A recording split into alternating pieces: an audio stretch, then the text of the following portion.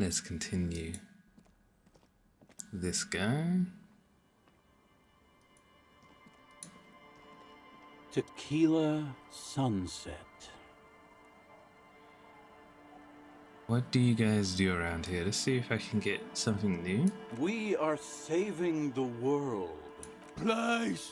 Okay, so now it's a pirate's life for me. Nah. Why do you keep losing all your stuff? Good fucking question, Tequila. If I knew the answer, you think I'd be hanging out on a beach in this formerly premium but now extremely dirty two-piece lycra tracksuit? I used to own my reality situation. My business buddies and I had our own creative services agency. I had a nice apartment, an even nicer piece of ass. But somehow it all got away from me. Now I can't hang on to anything. Just last week I stole this nice new jacket, but then I lost it too. The only things I haven't lost are these two drunks. You of all people should empathize with this. Perhaps this lost jacket is something you could help with? What was the name of your agency? My agency, man. The Boom Boom Room. Our concept was combining high art with the lowest forms of marketing. The color red, breasts, and oil painting. I convinced my partners to reinvest some of our profits in an even more high-concept cultural incubator called Thin Air. The artists were happy, the clients were happy. I was financing a group of poets in East Revachol who were developing a new universal poetic language. But then it all went to shit. He looks towards the bay. Mixing oil painting and breasts to make ads isn't high art, it's just cynical wankery.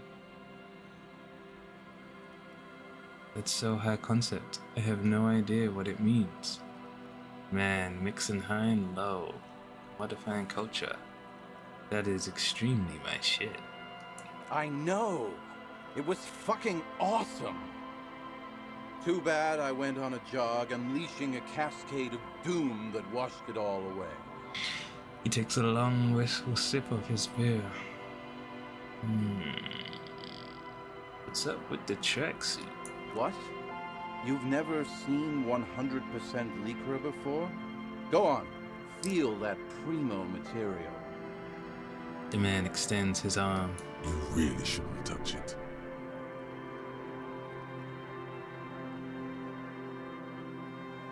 I'll just admire it from afar, thanks. That might be the right idea. This here is one of the last of its kind. Should probably be in a museum, honestly. Can't get it anymore. It was too primo, even for Grodd. He takes another sip. Wow, you're lucky. He never lets me feel it. That's because your paws are fucking filthy, Rosemary. We're right next to the bay. You could wash them anytime. What about the other drunks? My fellow members of the Union of Moribund Alcoholics? They're exactly what they look like. Hey, Tequila! You want to buy some speed? Oh! Shut the fuck up, Rosemary. He's a cop, remember? I thought he was a cool cop. Don't call Abigail. And this is Abs. So yeah, that's basically us. We He drink point- together. He points to the man in the pipe. That is definitely that woman's wife. What's this about a lost jacket? Tequila, it's a verifiable tragedy. It was practically brand new. Sure, it didn't really go with my lycra threads, but it did itch a lot less. Say, you're a detective, right? Maybe you can help old Doom Spiral out. Solve the case of the missing jacket. What do you say, Tequila? He looks at you bleary-eyed. Wait, you're asking a police officer to help find a jacket you stole and then lost? Yeah, exactly. You're here to serve, right? Okay, sure. Where'd you lose it? If I knew where I lost it, don't you think I'd have it? I mean, maybe I was up by the boardwalk, or walking along the beach, or checking out the abandoned fish market. That's a lot of places. Somewhere north of here, that's for sure. You could ask around, see if anyone's seen it. I'm all ears, Tequila. I want to hear the story of your name again. What's in a name? He looks up to the sky as if pondering the question and turns back to you. Hey, Spiral Boy, you gonna share that? One of the other bums interjects. Don't call Abigail. Shut up, guys. I'm telling a story here. Something happened to you. Something happened to me, too. My actual name is George, but around here, you already know. He turns to you. I was once a reasonably high net worth individual, a founder / junior partner at a high concept creative services agency. When my story begins, I had just landed a major contract with an insurance firm. Okay, we might skip this. I used the profits from my agency to finance. I developed the paradigm, worked within the paradigm. But the burden of leadership weighed heavily on me. Wait, So 22 full-time employees, an all-star team, a potentially historical set of individuals. Worrying about them often kept me up well into the morning hours. I could probably use a good run myself. It helped, truly. With my trusty Sansarique Lycra tracksuit, I felt like I could conquer the world. But now dreams are worn thin, much like my tracksuit. He says thoughtfully, brushing dust off his shirt-stained pants. One day I left on my evening run. As you may know, it's impossible to clear your head when you're distracted by the sound of keys jangling in your pockets.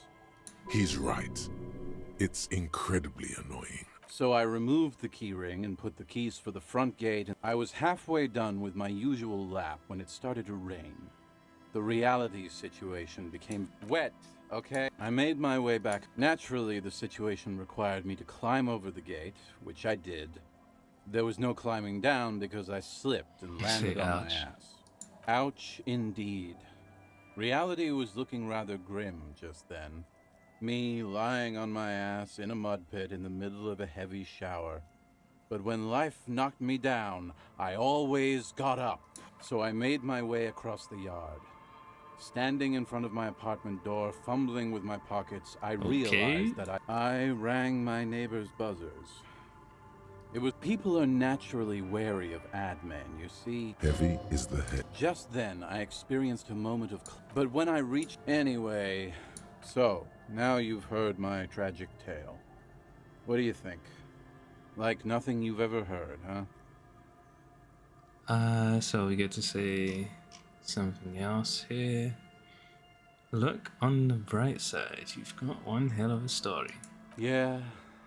Maybe I've exaggerated certain parts over the years. When you tell a story too often, it begins to take on a life of its own. But what matters is that it's true to my subjective experience. Anyway, that was all the story one bottle gets you. Almost empty, this one. Have you got any more stories? I do. But as you can see, my fuel tank is running quite low. If you catch my drift. He spins the bottle in his hand. Not a single drop of liquid remains. Okay, give him my Commodore Red. Classy. He snatches the bottle and pushes the cork in through the bottleneck. The tale I'm about to tell you is an urban legend particular to Martinez.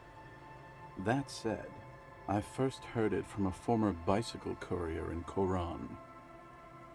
He lifts the bottle to his lips and takes a long, luxuriant sip. There are many variations on the basic story, and the details often conflict. What everyone agrees on is that nobody knows the exact nature or identity of the phenomenon. Are you telling the story of the headless? Shut the fuck up, Rosemary. Summer of 44. 17-year-old Gertrude Hett is walking home from a late shift at the harbor. It's almost midnight. She stops for a cigarette near the canal. The streets are warmed by a southerly breeze. The lights of a passing motor carriage bloom and fade in the distance. In the harbor's dark, her cigarette is a beacon, dancing alone.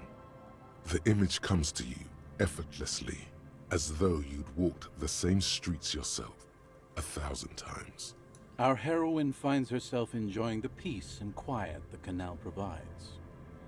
He looks up to the skies as if searching for peace himself. What she doesn't know is that her peace is about to be shattered.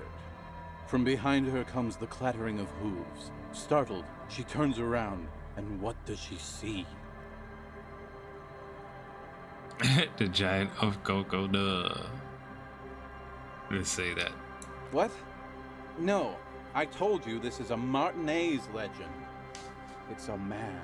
The pause is long and dramatic. With no head on his shoulders. Wearing a found tracksuit, searching for the legendary found cap that went missing when he lost his head. Wait, I thought the headless found rider rode a bull, showing him the figurine. Oh, let's say that. I thought that he rode a headless pig. The lieutenant says with a little smirk. Well, there are many versions of this story, the most peculiar of which has the headless found rider riding on the back of another headless man. That sounds pretty implausible to me. Super spooky. Yes. According to legend, young Gertrude Hett had to endure years of psychotherapy before she was able to look at a horse or tracksuit again. And she's one of the lucky ones. Gertrude Hett may have been the first to witness the headless found rider, but she wasn't the last. Oh no. Tell him about the two feminists by the locks. Fuck, Rosemary, they were dating. No one said they were feminists. Everyone always misremembering this stuff. This wouldn't be the De Ponte Delgado case, would it? What? You know it. I've read the case file, but please, go on. Right. Early autumn of 46.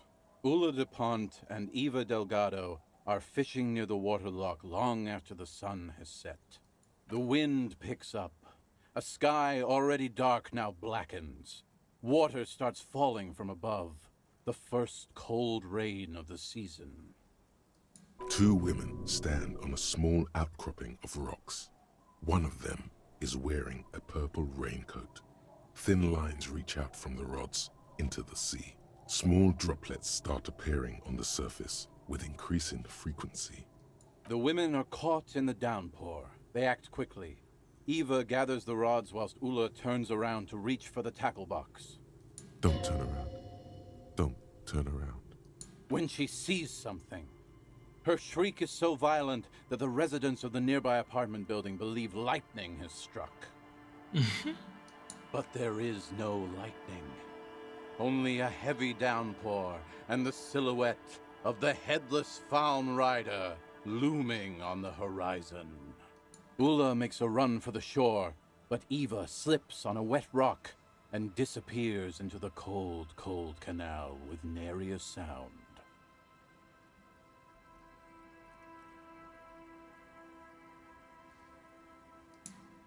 Her body is never recovered. The man falls ominously silent for a moment. What did the case file say? Ask him. Naturally, Ula de Ponte became the prime suspect in the disappearance of Eva Delgado. De Ponte maintained that it was the so-called headless Fallen Rider and that she ran fearing for her life. He adjusts his glasses. During the investigation, it became apparent that there was a love triangle, the third party being some small-time businessman. I don't remember the exact details.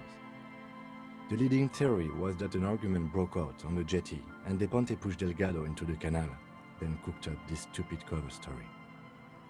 Was she arrested? No, she committed suicide before she could be taken into custody. They found her in the bathroom with a rifle, her face slowly peeling off the ceiling. Not a pretty scene. Man, that's some grisly detail. Oh well. Here's to another case closed. He takes a hearty swig from his bottle.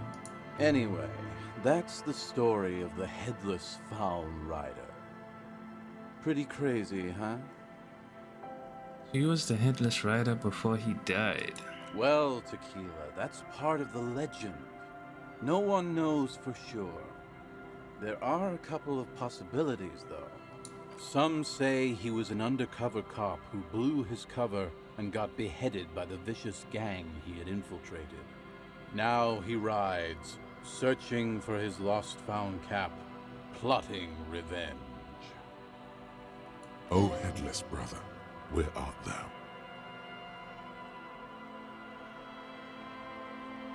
Others claim he was a professional jockey who veered off course during a steeplechase, ended up in somebody's backyard, and got decapitated by an exceptionally taut clothesline. Even decapitation couldn't stop his commitment to the sport. Are you that committed? Personally, I think he was just some guy who hanged himself from a really tall tree, and the fall was so violent that his head came clean off. Coincidentally, at that exact moment, a horse happened to pass under him, and his beheaded corpse mounted it, where it remains to this day. But then, no one really knows. For some reason, this does strike you as the most plausible theory of them all. I've got a hunch that it was the undercover cop. I'd want revenge too. I bet he was the jockey. He seemed super committed to his sport. I've got to agree, your theory sounds the most plausible. Let's say it. Isn't it? All the pieces fit together perfectly. That's how I know it's right. Anyway, to each his own. You want to hear any other stories? That's nothing. I've got an even crazier story. Yeah? Why don't you go eat shit, Tequila? There's no way you know a better one than that. What about the Kodu Mama Dakwa? It's a magical self-replicating sound. The gnome of Jeroma dissolves its victims with acid. Let's say that one. Acid gnomes? Sounds like a stupid, low-concept band name. Okay, shut down. I have already seen some weird shit on this case. A headless jockey in a tracksuit fits right in. Hard to argue with that, I suppose. That's the reality situation for you. You think you got a handle on it, then blam! It throws some wild shit at you. He takes a long swig, then smiles. That's why it's critical to stay well hydrated. No one knows. Some say he stalks Martinez to this day, and can be seen near the canal when the clock strikes midnight. Ooh. He makes a spooky gesture with his free hand. He won't, though, because it's just a stupid legend. The lieutenant smirks. Aye, I saw him one night when I was right shit-faced. What? I'd like to listen to the tale of the Headless Fallen Rider again. Have you got any more urban myths? I actually do have one. The strangest of them all. But I'll need to fortify myself before I can tell that one. Do you have anything to fortify old Doom Spiral? Tell me you got some story juice. I don't have any on me right now. If you find any, I'd be extremely grateful. Be seeing you. Did he take all my stuff? You've got to be kidding me. He used all of that. No fucking way. I had so much. Yo. Good to see you, friend. Do I have deals set up for you, buddy boy? He spreads his arms as if wanting to embrace you. What are you talking about? So what do you want? I got smokes. They're cheap. Very cheap. I got Pilsner. Great deal. You won't get a better deal on that piss. Spirits I can let go for 300 real. I also have speed. And by speed, I mean amphetamine. Here's the money for a Pilsner. Bottoms up, Captain. Why does the bottle of spirits cost 300 real? See, friend, it's real valuable. Worth every real, if you catch my drift. Got it from a bit of a business venture. He brings out a 1 liter bottle with bluish liquid. The mouth is corked shut. No one can buy spirits for 300 real, that's crazy. You know what's crazy, actually? He grins and bursts out laughing, then takes 3 gulps of his Pilsner and stares at you intently. What is? What? What do you mean, what? What did you think was crazy earlier? This guy. He says and shakes his index finger at you. Conversation might bring a discount, no?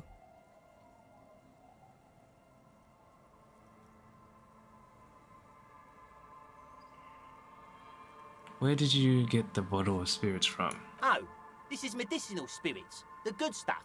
Got it from the doctor's office. I got one of those scientific ampoules a few months ago. Torpedo, they call it. It's supposed to keep a man from taking a drink.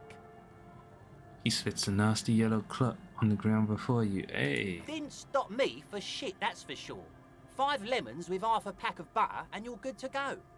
His voice rings with pride.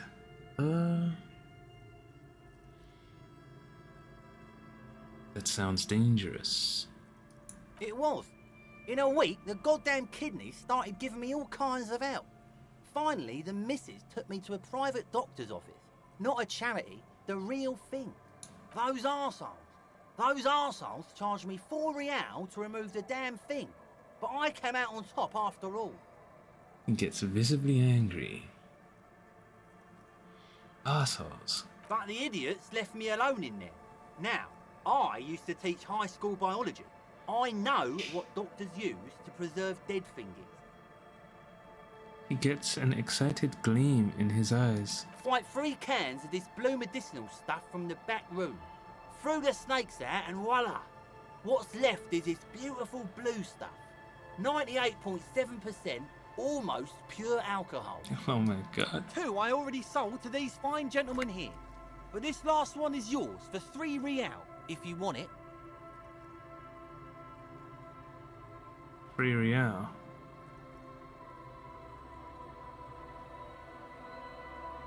I think it will prove useful, yes. 3 real and it's yours, friend. The deal of a lifetime. Here we go. Just make sure to enjoy that one, friend.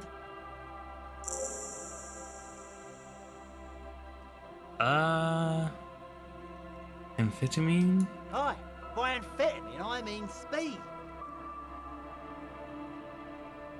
I think you didn't hear me when I said I am a police officer. Sure did, buddy boy. That's why I said amphetamine. I mean speed. I mean amphetamine. I got both. I thought by speed you meant amphetamine. Aye, that's what I said. Right, got it. Good, my man. Now what can I offer you? Quite the business venture you set up here. Oh, the system's been good to old Rosemary here, and I'm milking her like a bitch goat in the backyard. Jeez. He gets a proud gleam in his eyes. What do you mean? You see, friend, man makes his own luck. And I made mine real good. Got my hands on 3 bottles of liquor exquise. Sold 2 to the fellows around here and immediately invested the profit. Bought cigarettes, bought beer, even bought a bit of speed. And look at me now. I got everyone on my hook. I'm already hooking for Kuno, I think. Looks like you're on your own hook too. Impressive entrepreneurship. Point to his bystand. I approve. Got a permit for this little shit show? Permit? Who gives a shit? You want to buy something? Grease the wheels, buddy boy. Wait. Oh, you see, bought cigarettes, bought beer, even bought a bit. Hook 'em and cook 'em, huh? You want to buy something? Let's keep it moving. Oh, you see, bought cigarettes, bought beer. Of course. It is what it is, you know. What it's always been. People, buddy boy. It's the people. The drunk raises his pilsner and nods. He has long forgotten what you were talking about. Oh. The system's been good to old Rosemary here, and I'm milking her like a bitch goat in the backyard. You see, bought cigarettes. Seriously? Are you? The lieutenant closes his eyes and pinches the root of his nose. He said I am his pig hooker or something, whatever that is. Fine. He sighs. What? The fresh entrepreneur has forgotten your presence and is now trying to count a small number of coins in his hand. And the lieutenant is annoyed. I'm off. In the civilized world, it's a custom to tip the shopkeep, friend. But come back anyway. He waves you off. So I've got 2 uses. Let me take one before I give the rest to this guy.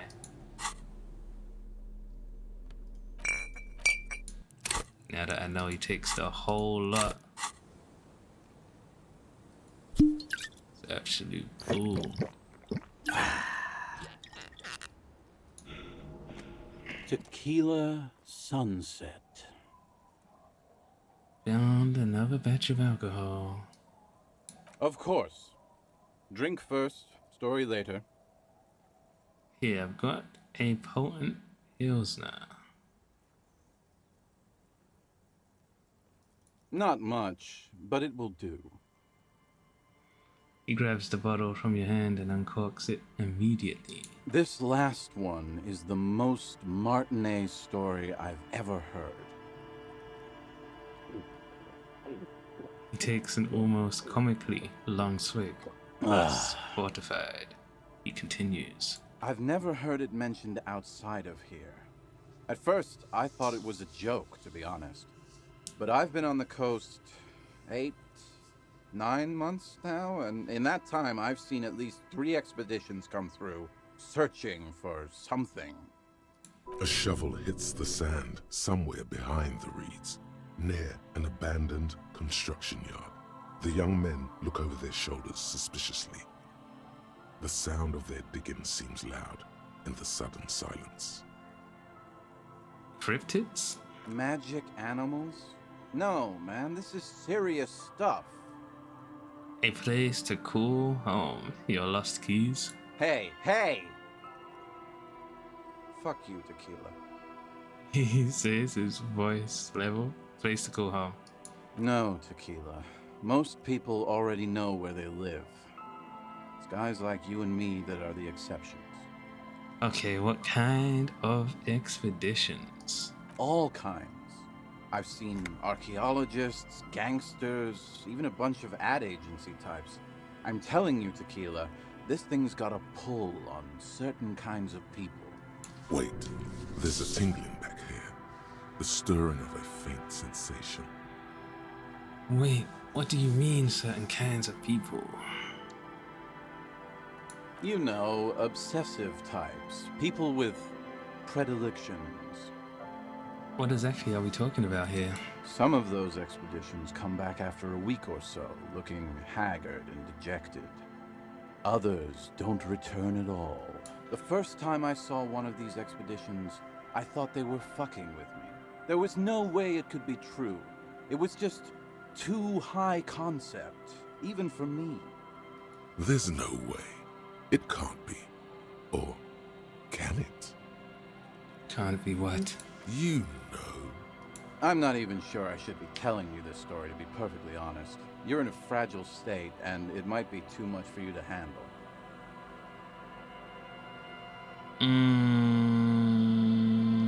I can handle it. Okay, fine, I'll tell you. But I'm warning you, it's pretty out there. Our story begins at a legendary design studio, right here in Martinez. His eyes narrow with mystery. There was this designer. His exact name is lost to history, but in life, he was a legend. Made it big in Aranya, where he did some real pioneering work on grotesque and sans serif typography. A fucking genius, man. That is, if he even existed. Who knows? It's an urban legend, after all.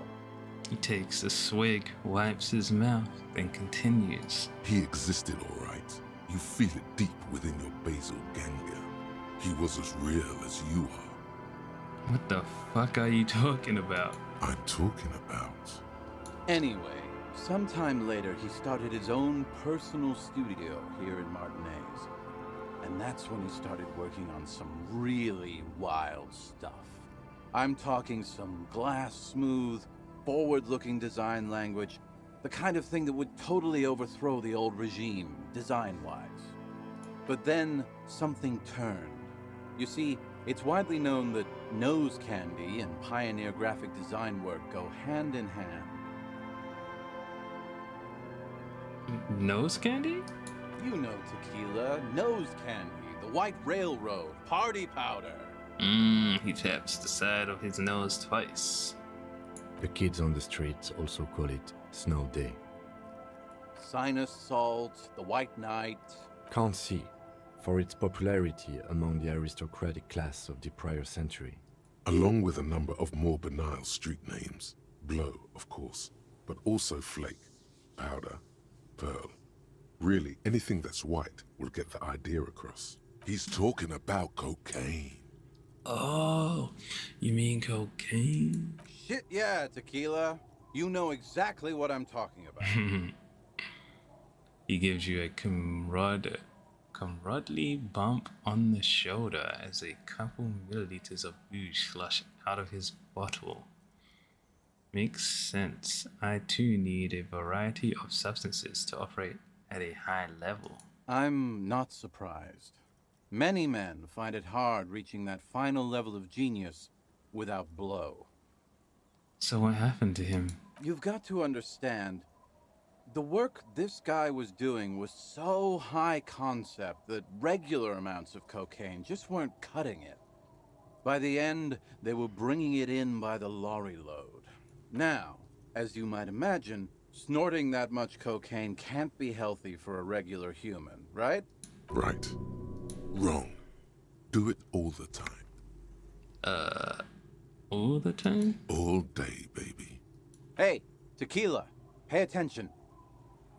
The story goes that one day he was balls deep in work on what he thought would be his pièce de résistance, an advert so minimal it contained neither text nor images, just pure white.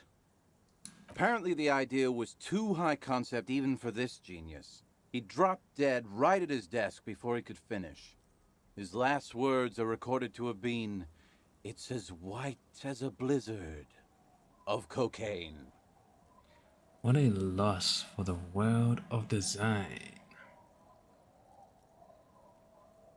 Yeah. I know, tequila. I know. He takes a swig, considers pouring some out for his lost genius, then thinks better of it. But the story doesn't end there. Supposedly, when they performed the autopsy, the coroner discovered nearly a 1/4 kilo of coke jammed into his nasal cavity. Oh my god. That's right. 250 grams of blow had accumulated in there over the years. We're talking high-grade Saramaritsian pure. Not that cut-rate shit your grandma does. There are those who believe the designer was buried with this quarter key of nose candy still lodged in his sinuses. That's what those expeditions are looking for. The cocaine skull. A skull filled with cocaine? The cocaine skull. Wow. No. Wow. And why do people think the skull is here in Martinez? Here's the kicker. This designer, this lead designer of a world-famous design studio, was born in Martinez. A local boy, Martin Martinez. That's why he brought his studio here, back to where it all began. And that's why they buried him here, too. Perhaps right under Ab's pipe there. Oh, he points to the pipe. Or probably further down the coast, or in some yard in Martinez proper. A hidden mausoleum, no one knows exactly. No, my grandma always told me his grave lay somewhere on the islets on the bay. This is ludicrous and physically impossible. Sinuses can contain that amount of anything. Now, detective. Always the skeptic. My only question is, where does one get a shovel? Rosemary, you said something about islets. Don't listen to him or his grandma. He's just making things up. No, my grandma told me. I've heard other people say it too. That it's underwater. Or no, maybe it was the storm sewers. He thinks. Or maybe it's in the air. Or in an ancient state pyramid offshore. In a pyramid? Now that would be something.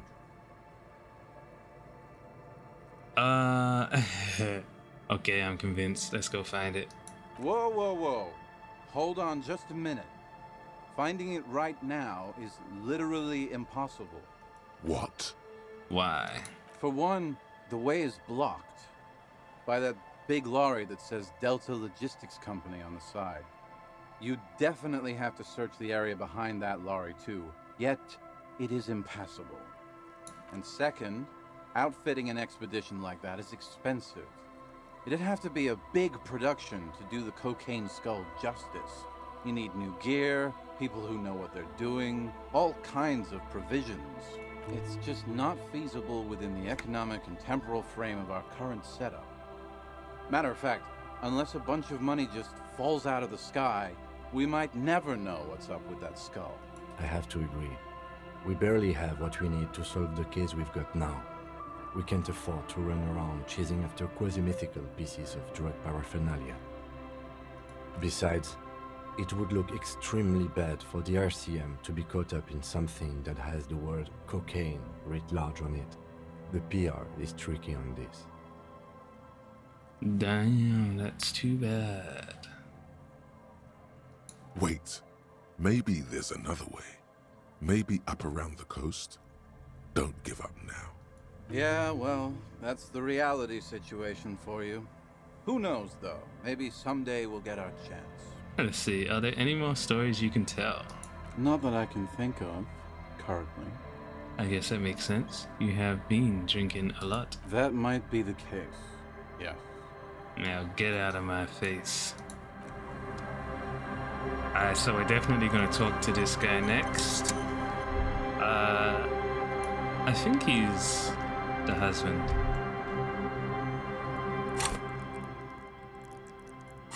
Yeah. Let me save it one time.